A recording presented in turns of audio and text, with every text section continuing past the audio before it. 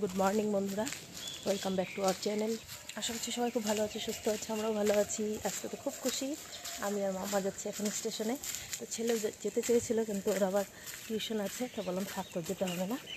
আর এখন সকালে ভোর 4:15 আমি জাগনা পেয়েছি, তখন থেকেই জাগনা। ঘরে কিছু কাজ করলাম একটু, ও আসবো, ভালোবাসে তো, পায়েস ভালোবাসে, তো সেমিয়া বানালাম, তার সঙ্গে সব রেডি করে আসলাম। আসার পর ব্রেকফাস্ট বানাবো, তো কী করবো না করবো সব দেখতেই পাবে। চলো দেখি এখন গাড়ি পাই কিনা। এনজেপি স্টেশনের জন্য দেখতে থাকো, ব্লগটা আশা করছি ভালো লাগবে। সকাল সকাল কি আর টোটো পাওয়া যায়? ম্যাজিক পেয়েছি।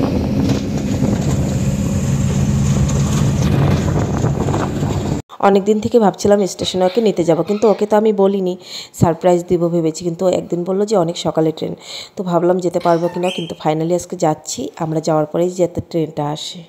তো দেখো আমরা এনজেপি স্টেশন পৌঁছে গেছি। এখন তাড়াতাড়ি পৌঁছেছি, সকাল সকাল তো এই জন্য ভিড় ছিল না রাস্তায়, আধা ঘন্টার মধ্যে পৌঁছে গেছি। তো ক্যামেরাটা শুধু ধুলাই হয়ে যায়। এখন যাব ভিতরে, গিয়ে তারপর শুনবো কোন প্ল্যাটফর্মে আসবে, বসবো। টেনশনে ছিলাম যে বোধহয় ট্রেন এসেই পড়বে, তো দেখা যাবো। তো বলেছিল 8টা বাজবে, এখন 7:30 বাজে, জানি না আসলোই কিনা। বলো মামা, তুমি কতটুকু খুশি? জোরে করে বলো। অনেক খুশি আজকে। তো চলো, এনজেপি স্টেশন যা বানাচ্ছে না, কিছুদিন পর ভীষণ ভালো লাগবে দেখতে। এসব হয়, হ্যাঁ।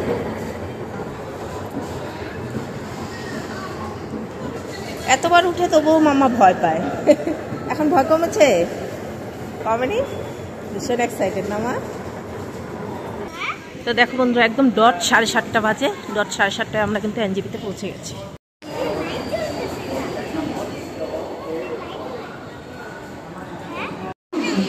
এই অ্যানাউন্স করলো এখন আসবে 1 নম্বর প্ল্যাটফর্মে আসবে। আমরা 1 নম্বর প্ল্যাটফর্মে এসে শুনলাম, তো বলে অ্যানাউন্স করবে, শুনুন। তো এখানে বসে এখন আসছে করে নিই। তো দেখো বন্ধুরা, ট্রেন ঢুকছে, আমরা তো এখানে দাঁড়িয়েছি না, এত আগে যাওয়া যাবে না, দাঁড়াও দেখি। বুকটা ধকধক করছে, পাপা আসছে আমাদের, কখন দেখবে।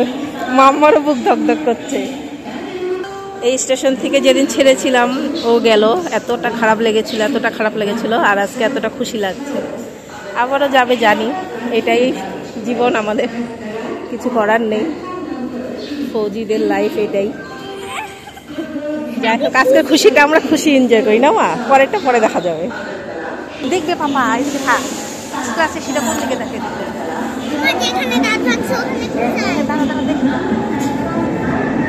যে আসছে ট্রেনটা।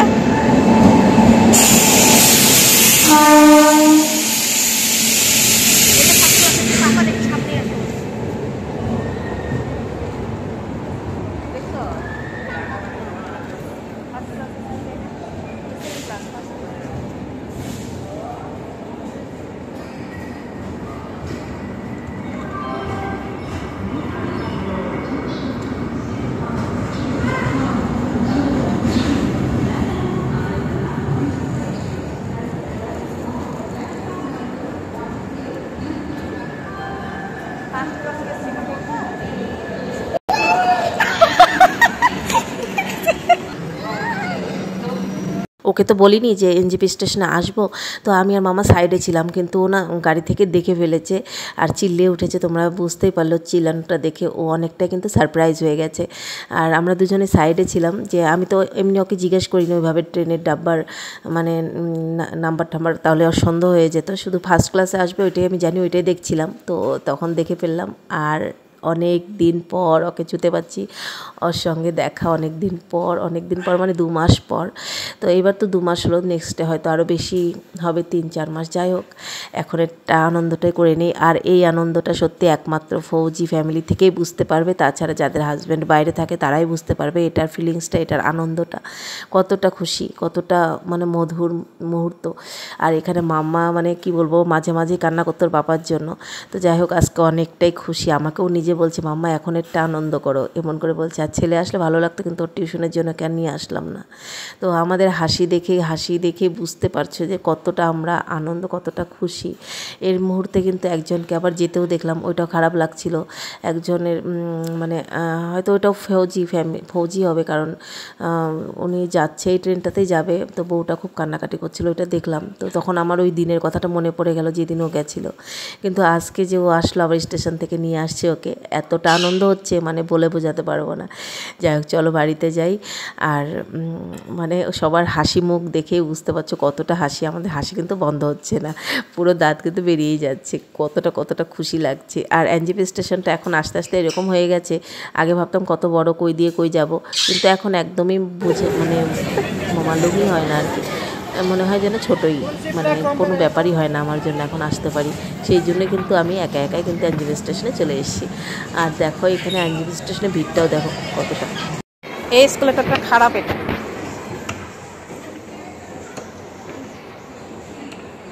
চলছে না।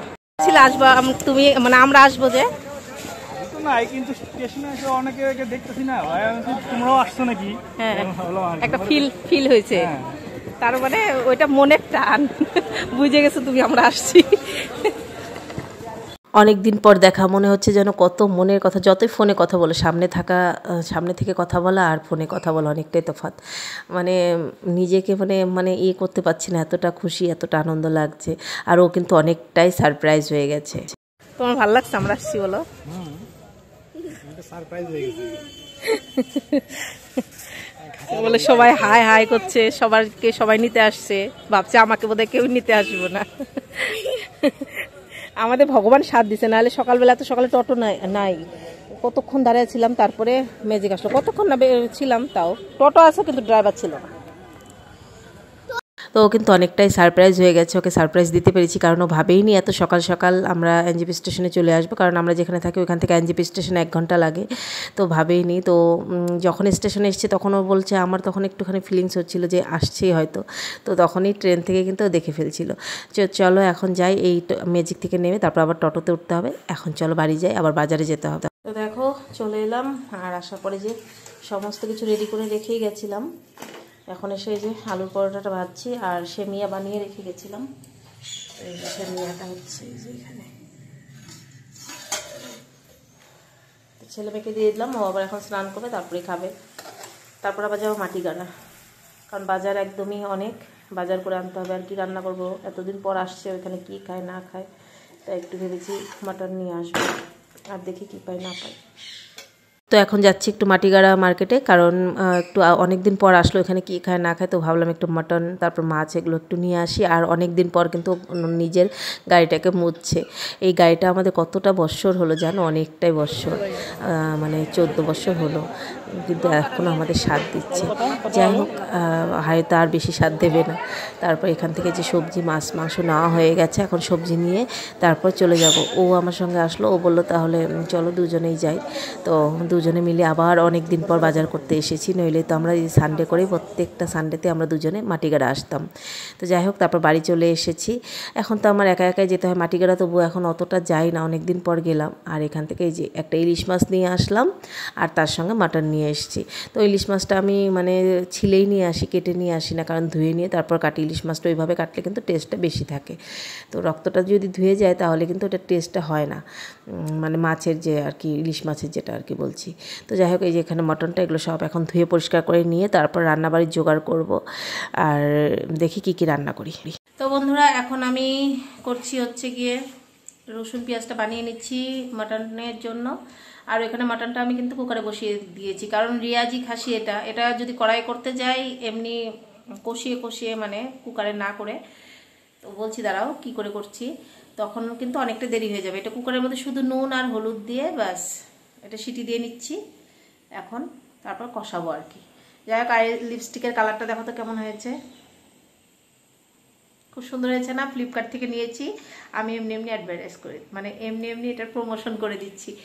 দামটাও অনেকটা কম, কিন্তু কালারটাও দারুণ। আমি তো জানি না ও অর্ডার কখন দিয়ে দিয়েছে, ওকে আমি একদিন পাঠিয়েছিলাম যে এটা অর্ডার দিয়ে দিও, কখন দিয়েছে আমি জানি না, কিন্তু কালকে এসছে। ভীষণ ভালো লাগছে কালারটা। তো চলো এখন তাড়াতাড়ি রান্না করে নিই। তো দেখো এখানে পেঁয়াজগুলোকে ভেজে নিচ্ছি, আর এখানে মাটনটা হয়েও গেছে সিটি, ওটাকে এখনো খুলিনি। আলু ভাজা হয়ে গেছে, এখানে ভাত বসিয়ে দিয়েছি। জানি না গ্যাসের আঁচটা কেন আজকে কম কম লাগছে, মানে আজকে না, দুদিন থেকেই হচ্ছে এরকম। দেখো বন্ধুরা, এখানে যে তেল মানে মাংসের চর্বির বড়াটা হচ্ছে, তার সঙ্গে এখানে মাটনটাই যে বেড়ে নিয়েছি, একদম কষা কষা করে বানিয়েছি, আর একটুখানি আছে, এটা ভাজবো। আর এখানে হচ্ছে গরম ভাত, মাত্রই বাড়ছি ভাতটা, তো ওকে দিয়ে দিই, এই যে ওর জন্য ভাত বেড়ে নিলাম। তো খাওয়া দাওয়ার পর একটু শুয়েছিলাম, আর দেখলে কী কী রান্না করেছি, সিম্পল রান্না করেছিলাম, মানে অনেকটা বেলা হয়ে যাচ্ছিল। তো তারপরে বললো, তাহলে আমি বললাম চলো সম্পূর্ণাতে যাই, কারণ বাড়ি যাব যেহেতু, সামনে বিয়ে আছে কিছু একটা, সামনে বিয়ে মানে তার আগে হচ্ছে গিয়ে ষষ্ঠী, জামাই ষষ্ঠী মানে সামনেই, আর জামাই যখন এসছে তো সেই জন্য বললো চলো কিছু নিয়ে আসি। তো সম্পূর্ণাতে আসলাম, দেখি কি পাই না পাই, এগুলো নাকি নেব, টুকটাক জিনিসই নেব। তো অনেক দিন পর ওর সঙ্গে এইভাবে আসছি না, আর বেশ মানে একটা অন্যরকম মানে লাগছে। এমনিতে তো আমার সমস্ত কিছু একা একাই করতে হয়, এখন মনে হচ্ছে যেন সব টেনশনটাই দূরে চলে গেছে, আমার সব হেডেক ওর উপরে চলে গেছে। কারণ একা একা যখন আমি থাকি, একা একা আমার সমস্ত কিছু ভাবতে হয় যে এটা করতে হবে এটা করতে হবে, আর ওর সঙ্গে যখন থাকি তখন তো ও অনেকটা ভেবে নেয়, অনেকটাই করে নেয়, আমার অতটা চিন্তা কিন্তু করতে হয় না। তো দেখো সম্পূর্ণাতে চলে এলাম, আর সম্পূর্ণাতে কিন্তু ভালো ভালো জিনিস পাওয়া যায় জানো, অনেকটাই ভালো জিনিস পাওয়া যায়। তো অনেক দিন পর আসলাম, এমনিতে আসাই হয় না। তো যাই হোক, এই যে সামনের মানে এইটা, আর এই বাচ্চাটাকে, মানে বাচ্চাটা বলছি, এটাকে যে পরিয়ে রেখেছে, ড্রেসটা বাচ্চার ড্রেস আর কি, ওইটাই বলতে চাইছিলাম। তো বেশ ভালো লাগছিল। যাই হোক চলো আগে শাড়ির এখানটাই যাই, শাড়ি দেখবো আগে, কারণ মার জন্য শাড়ি নেব, যেহেতু বললামই জামাই ষষ্ঠী, জামাই শাশুড়ির জন্য নেবে, ওইটার জন্য আর কি শাড়িটা দেখা হচ্ছে। তো এখানে দেখছিলাম অনেক ধরনের শাড়ি বের করছিল, পছন্দই হচ্ছিল মোটামুটি। তারপর একটা শাড়ি নিয়ে নিলাম, আর এখানে এসে তারপর ও আবার বললো বাবার একজন একটা শার্ট বললো পছন্দ হয়েছে, তো ওইটাও একটা নিয়ে নিলাম। আর এখানে দেখে খুব ভালো লাগছে, এই যে শার্ট আর শাড়ি, আর ওই যে দেখতে পাচ্ছ ওই পাজামাটা, ওটা হচ্ছে ওর পাঞ্জাবির সঙ্গে পরার জন্য, ওইটা নিয়েছে, বাস এইটাই। আর দেখতাম আর একটু নিতাম, কিন্তু 8:30টার সময় বিলিং কাউন্টারটা বন্ধ হয়ে যাবে, তাই বলে কিন্তু তাড়াতাড়ি করে যাচ্ছি। ও বললো তাহলে কালকে চলে আসবো, কালকে আবার আসতেই হবে, কারণ ছেলের জন্য নিতে হবে। আজকে আর ওইভাবে তো তাড়াহুড়ো করে নেওয়া যায় না, তাই আর কি বললো যে কালকে চলে আসবো। আমাদের এখান থেকে তো বেশি একটা দূর না, মাটিগাড়া থেকে সম্পূর্ণা কিন্তু একদমই কাছে, মাটিগাড়াতেই, সব মলগুলো কিন্তু মাটিগাড়াতেই। যাই হোক, এখানে ও ঠান্ডা এনে দিল, কারণ আমার না ভীষণ মানে অ্যাসিডিটি হচ্ছিলো, বুঝতে পারছিলাম না, কেমন একটা লাগছিলো, তো ঠান্ডা এনে দিল। তো ঠান্ডা খাবো, আর এখন গাড়িটাও স্টার্ট দেবে, যাব, তখনই কিন্তু বড় বড় ফোঁটা বৃষ্টি পড়া আরম্ভ করলো।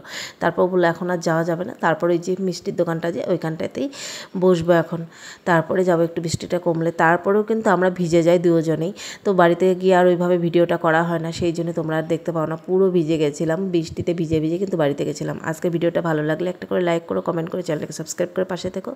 আজকের মতো সবাইকে টাটা।